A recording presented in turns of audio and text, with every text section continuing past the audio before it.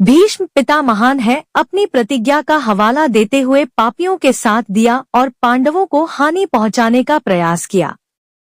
जब भीष्म पितामह के अपराध ने कृष्ण को उनकी प्रतिज्ञा तोड़ने के लिए विवश किया।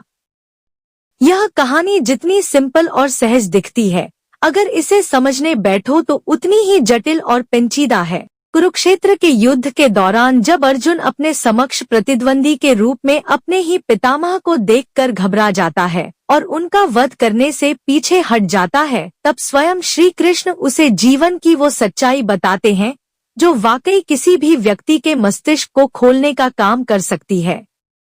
भीष्म पितामह पांडव सेना का वध करने पर उतारू थे, एक प्रतिज्ञा से बंधकर अपने ही वंश का नाश करने का काम कर रहे थे। ऐसे में जब अर्जुन से उनका वध करने से मना कर दिया तब श्री कृष्ण क्रोधित हो उठे और उन्होंने अर्जुन से कहा कि भले ही इस युद्ध में मैंने शस्त्र न उठाने की प्रतिज्ञा ली है, लेकिन भीष्म पितामह का वध करने के लिए मैं उस प्रतिज्ञा को तोड़ने के लिए भी तैयार हूँ। उन्होंने अर्जुन को वापस शिविर लौट जाने को कहा और स्वयं भीष्म पितामह के वध के उद्देश्य से आगे बढ़े। उनके इस कृत्य को देखकर अर्जुन लज्जित हो उठा और श्री कृष्ण को यह आश्वासन दिया कि वह और भी मजबूती के साथ युद्ध लड़ेंगे।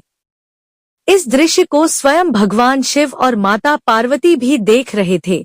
देवी पार्वती ने शिव से पूछा, भगवान, एक तरफ हमारे पास विष्णु अवतार कृष्ण है, दूसरी ओर हमारे पास भीष्म है जो केवल एक मानव है।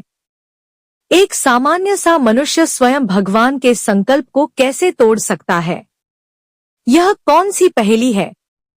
शिव मुस्कुराए और बोले, पार्वती, कुरुक्षेत्र को केवल युद्ध का मैदान ना देखो, यह एक कक्षा है। इस युद्ध में भाग लेने वाले महान राजा और पराक्रमी योद्धा केवल छात्र हैं और कृष्ण उनके शिक्षक हैं। और इस समय कृष्ण सम्मान और कर्तव्य की स्वभाव पर भीष्म को निर्देश दे रहे हैं। भगवान शिव ने देवी पार्वती को समझाया, भीष्म हस्तिनापुर के सिंहासन की सेवा करने की अपनी प्रतिज्ञा पर अटल रहे। हालात चाहे किसी भी तरह के बिगड़े, लेकिन उन्होंने अपने इस व्रत को नहीं तोड़ा। उस प्रतिज्ञा के कारण ही वह धृतराष्ट्र और दुर्योधन को पांडवों के साथ अन्याय करने से नहीं रोक सके। जब दुशासन ने द्रौपदी को निर्वस्त्र करने की कोशिश की तो भी नपुंसकों की भांति वह सारा दृश्य देखते रहे। भीष्म पितामह द्वारा लिया गया प्रण ही हस्तिनापुर के द्वार पर युद्ध लेकर आया है। अपनी प्रतिज्ञा को तोड़ने से भीष्म का सम्मान कलंकित होता, लेकिन उस प्रतिज्ञा का पालन कर उन्होंने अपने राष्ट्र को ही खतरे में डाल दिया है।